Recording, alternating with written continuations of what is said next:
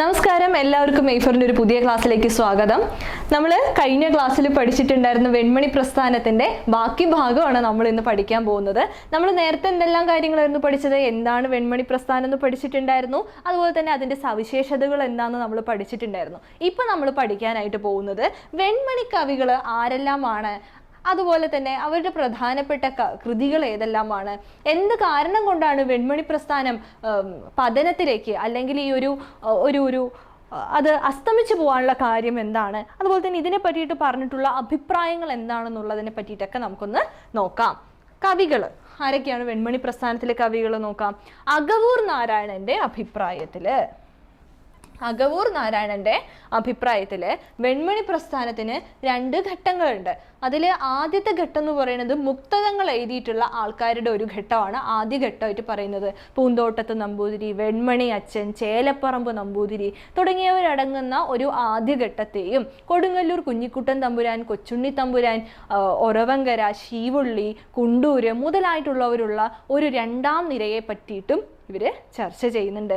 1ാം നിരയിൽ പെട്ടിട്ടുള്ള ആൾക്കാരാണ് ഞാൻ നേരത്തെ പറഞ്ഞ പോലെ തന്നെ ചേലപ്പറമ്പ് നമ്പൂതിരി, അമ്പാടി കുഞ്ഞുകൃഷ്ണ പൊതുവാൾ, വില്ലുവട്ടത്ത് രാഘവൻ നമ്പ്യാർ, പൂന്തോട്ടത്ത് അച്ഛൻ നമ്പൂതിരി.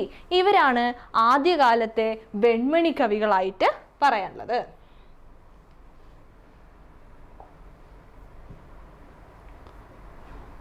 പിന്നീട് ഈ വെൺമണി അച്ഛൻ, നടുവത്തച്ഛൻ, അതുപോലെ തന്നെ പൂന്തോട്ടം നമ്പൂതിരി, ഇവരൊക്കെയാണ് ആദ്യകാലത്ത് ഈ വെൺമണി കവിത എന്നുള്ള ഒരു സാധനം തന്നെ ഇവര് അവതരിപ്പിച്ചത്. തുടർന്നാണ് ആരുള്ളത്? വെൺമണി മഹൻ, പൂന്തോട്ടത്ത് മഹൻ,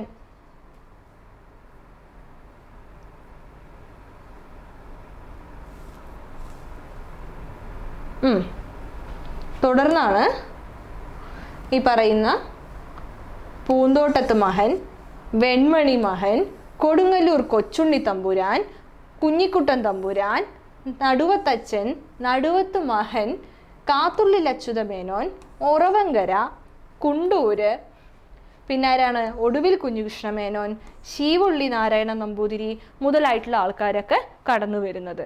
അപ്പോൾ 2ാം ഘട്ടത്തിൽ ആരെയൊക്കെ ഓർക്കണം? ഈ 1ാം ഘട്ടത്തിൽ അച്ഛന്മാരെ ഓർക്കുക. പൂന്തോട്ടത്ത് നമ്പൂതിരി, വെൺമണി അച്ഛൻ, നടുവത്തച്ഛൻ, ഇങ്ങനെ 3 അച്ഛന്മാരും ചേലപ്പറമ്പ് നമ്പൂതിരിയും ആദ്യഘട്ടത്തിൽ. പിന്നെ ഇവരുടെയൊക്കെ മക്കളാണ് 2ാമത്തെ സെറ്റ്. അപ്പോൾ ആരൊക്കെയാണ്? വെൺമണി മഹൻ, നടുവം മഹൻ, കൊച്ചുണ്ണി തമ്പുരാൻ, കുഞ്ഞിക്കുട്ടൻ തമ്പുരാൻ, പിന്നെ കാത്തുള്ളിൽ അച്യുതമേനോൻ, ഒടുവിൽ, ശീവുള്ളി, കുണ്ടൂര് മുതലായിട്ടുള്ള ആൾക്കാരൊക്കെയാണ് 2ാം ഘട്ടത്തിൽ വരുന്നത്. അപ്പോൾ നമ്മളിപ്പോൾ പഠിച്ച ഇവരുടെ പ്രധാനപ്പെട്ട കൃതികളെ നമുക്കൊന്ന് നോക്കാം. പൂന്തോട്ടത്തച്ഛൻ്റെതാണ് അംബരീഷ ചരിതം ഓട്ടംതുള്ളൽ, കാലകേയ വധം ശീതങ്കം തുള്ളൽ, പിന്നെ ചില മുക്തകങ്ങൾ. അപ്പോൾ നിങ്ങൾ ആലോചിക്കും, ഇതിലേക്ക് എങ്ങനെയാണ് ഈ വെൺമണി ഇത് വരുന്നത്? ഈ ആദ്യകാലത്തെ ഇപ്പോൾ ഈ ഓട്ടംതുള്ളലിലൊക്കെയുള്ള പദ്യഭാഗങ്ങളൊക്കെ എന്താണ്? ഈ വെൺമണി സ്റ്റൈലിൽ അവർ എഴുതി, അതുകൊണ്ടും കൂടിയാണ് പ്രധാനമാവുന്നത്. മാത്രമല്ല ഇവരുടെ മുക്തകങ്ങളെ ഞാൻ പേര് പരാമർശിക്കാത്തതിനുള്ള കാരണമുണ്ട്. പല പണ്ഡിതന്മാരുടെയും അഭിപ്രായത്തിൽ ചേലപ്പറമ്പിൻ്റെ മുക്തകങ്ങളാണോ പൂന്തോട്ടത്തച്ഛൻ്റെ മുക്തകങ്ങളാണോ എന്നുള്ളത് അവർക്കിടയിൽ തന്നെ ചില സംശയങ്ങളുണ്ട്. കാരണം ഇതൊന്നും അവർ പ്രസിദ്ധിക്ക് വേണ്ടി എഴുതിയതല്ല, നേരം പോക്കിന് വേണ്ടി എഴുതിയിട്ടുള്ള മുക്തകങ്ങളാണ്. അപ്പം അതുകൊണ്ട് അതിലെ ഒരു കർത്തൃത്വം നമുക്കിതിൽ എന്ത് ചെയ്യാൻ പറ്റില്ല, കൃത്യമായി ആരോപിക്കാൻ സാധിക്കാത്തത് കൊണ്ടാണ് ചില മുക്തകങ്ങൾ എന്നൊരു പേര് ഞാൻ കൊടുത്തത്. ഓക്കെ. പിന്നെയാണ് വെൺമണി വിഷ്ണു നമ്പൂതിരിപ്പാട്. വെൺമണി അച്ഛനാണ് ഇവിടെ ഉദ്ദേശിക്കുന്നത്. അദ്ദേഹത്തിന്റെ ഗണപതി പ്രാതൽ, രഘുവംശം, സംസാരിയുടെ പാരവശ്യം എന്നുള്ളൊരു പേരിലുള്ള കൃതി കൂടെ ഉണ്ട്.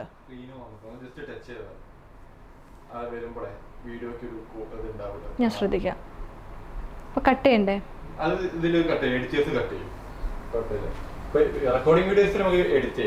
ലൈവ് വരുന്ന സമയത്ത് ഞങ്ങൾ ജസ്റ്റ് ഒന്ന് ടച്ച് ചെയ്യാം.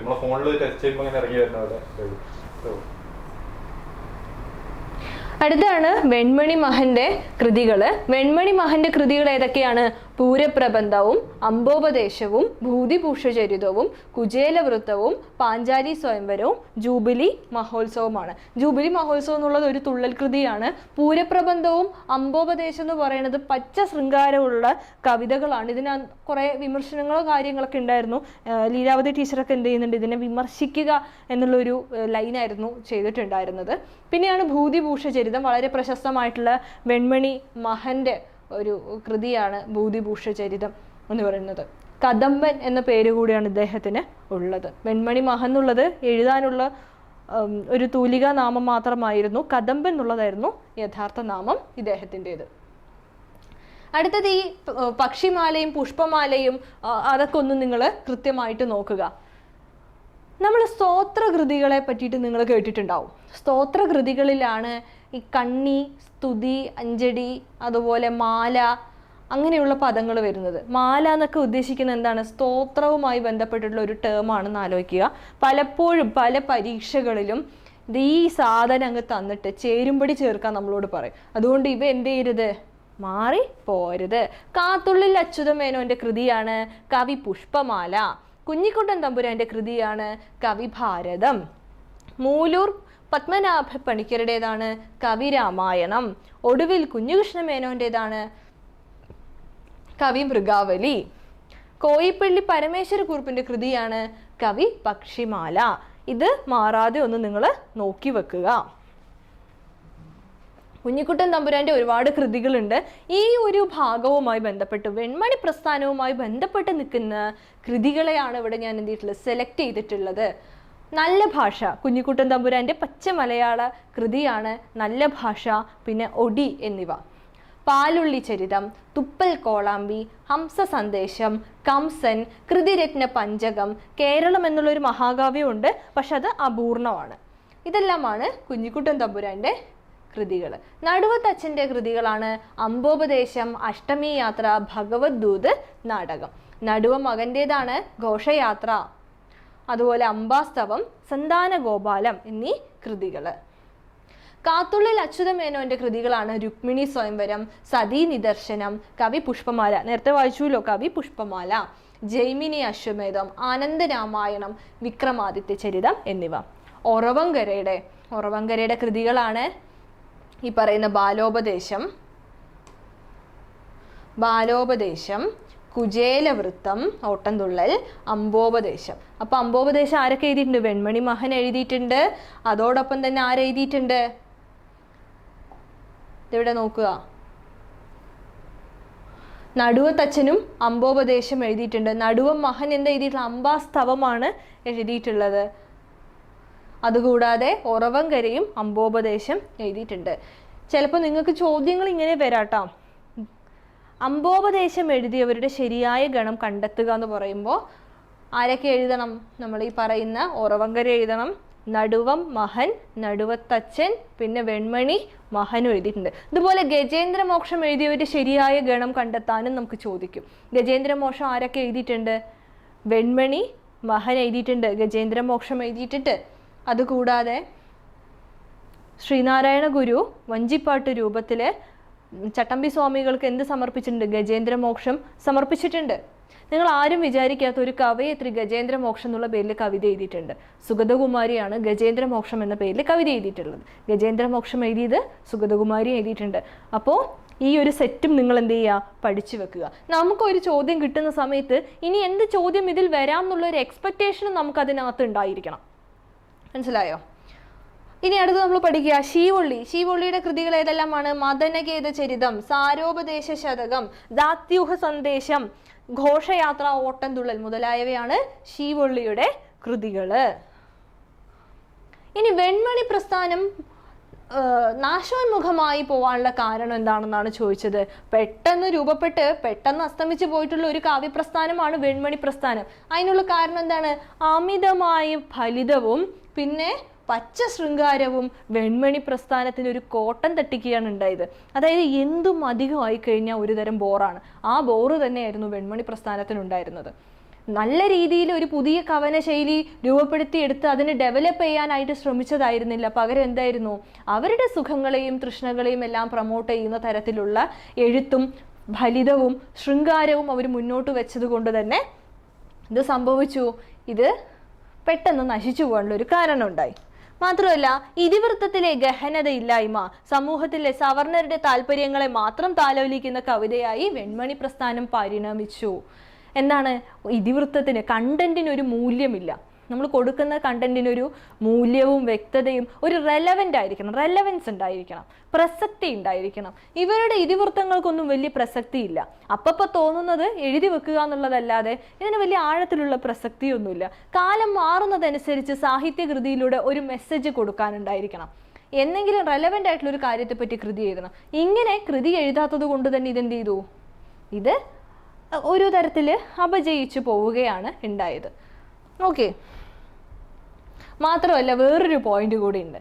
അതായത് ഇംഗ്ലീഷ് വിദ്യാഭ്യാസത്തിലൂടെയും അച്ചടി പത്രമാസികകളുടെ കടന്നുവരവോടുകൂടിയും ആൾക്കാർ മുന്നോട്ട് നടക്കുമ്പോൾ, പുതിയ പുതിയ പരീക്ഷണങ്ങൾ തേടി മുന്നോട്ട് നടക്കുമ്പോൾ വെൺമണി പ്രസ്ഥാനം പഴയ മണിപ്രവാള പാരമ്പര്യത്തെ കൊണ്ട് പ്രതിഷ്ഠിച്ചു കഴിഞ്ഞാൽ ആൾക്കാർക്ക് അത് ഇഷ്ടപ്പെടണമെന്നില്ല.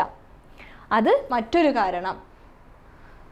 പിന്നെ സമൂലമായ മാറ്റം നടക്കുകയാണ്. കാരണം ഈ പറയുന്ന പോലെ നിയോ ക്ലാസിക്കൽ പ്രസ്ഥാനം കൂടിയാണ് വെൺമണി പ്രസ്ഥാനം. നിയോ ക്ലാസിക്കലിൻ്റെ എല്ലാ പാരമ്പര്യത്തെയും തച്ചുടച്ചുകൊണ്ടാണ് കാൽപ്പനികത കടന്നു വരുന്നത്. കാൽപ്പനികതയും അതുപോലെ തന്നെയുള്ള മറ്റ് പാശ്ചാത്യ തത്വസംഹിതകൾ ഇങ്ങോട്ടേക്ക് കടന്നു വരുമ്പോൾ ഇത് ഒരു പഴഞ്ചൻ ഏർപ്പാടായിട്ട് നിലനിൽക്കുകയും കാലോചിതമായി വെൺമണി പ്രസ്ഥാനം നവീകരിക്കപ്പെടാതിരിക്കുകയും ചെയ്തതായിരുന്നു വെൺമണി പ്രസ്ഥാനം പതനത്തിലേക്ക് കടക്കാനുള്ള ഒരു കാരണമായിട്ട് പറയാനുള്ളത്. ഇനി നമുക്കിതിലെ അഭിപ്രായങ്ങൾ നോക്കാം. മുളങ്കാടുകൾ പൂക്കും പോലെ, അഭിപ്രായങ്ങൾ വളരെ ഇമ്പോർട്ടൻ്റ് ആണ്. ഞാൻ കുറച്ചെണ്ണം മാത്രമേ ഇതിൽ എന്ത് ചെയ്തിട്ടുള്ളൂ, എടുത്തിട്ടുള്ളൂ. അത് നിങ്ങളൊന്ന് ശ്രദ്ധിക്കുക. അഭിപ്രായം: മുളങ്കാടുകൾ പൂക്കും പോലെയുള്ള ഒരു സവിശേഷ വസന്തമായി വെൺമണി പ്രസ്ഥാനത്തെ കരുതാം. മുളങ്കാടുകൾ പൂക്കും പോലെയുള്ള ഒരു സവിശേഷ വസന്തമായി വെൺമണി പ്രസ്ഥാനത്തെ കരുതാം എന്നാര് പറയുന്നുണ്ട്? എം ലീലാവതി അമ്മ അഭിപ്രായപ്പെടുന്നുണ്ട്. എം ലീലാവതി അമ്മയുടെ തന്നെ അടുത്തൊരു അഭിപ്രായമാണ്, വെൺമണി മഹൻ അമാന്ത കൊടിമരം എന്ന് വിശേഷിപ്പിക്കപ്പെട്ടിട്ടുണ്ട് എങ്കിലും പ്രസ്ഥാനത്തിന്റെ കൊടി പറപ്പിക്കാൻ അമാന്തമുണ്ടായില്ല. അതും ആരാ പറഞ്ഞത്? എം ലീലാവതി അമ്മയാണ് പറഞ്ഞിട്ടുള്ളത്. അടുത്തത് നോക്കുക. വെൺമണിയുടെ ശൃംഗാരം വാസ്തവത്തിൽ ആ രസത്തെ പശ്ചാത്തലമാക്കിക്കൊണ്ടുള്ള ഹാസ്യമാണ്. ഉള്ളൂരാണിത് പറഞ്ഞിട്ടുള്ളത്. അടുത്തത് ശ്രദ്ധിക്കുക. ഭാഷണ ശൈലികൾ കവിതയിൽ വാരിക്കോരി തൂവുന്ന കാര്യത്തിൽ ശിവുള്ളി ഒരു കുട്ടി വെൺമണിയായിരുന്നു. ഇതും ഉള്ളൂര് പറഞ്ഞിട്ടുള്ള അഭിപ്രായങ്ങളാണ്. അപ്പം നമ്മൾ 2 ക്ലാസ്സുകളിലായിട്ട് വെൺമണി പ്രസ്ഥാനത്തെ പറ്റിയിട്ട് ചെറുതായിട്ട് പറഞ്ഞു.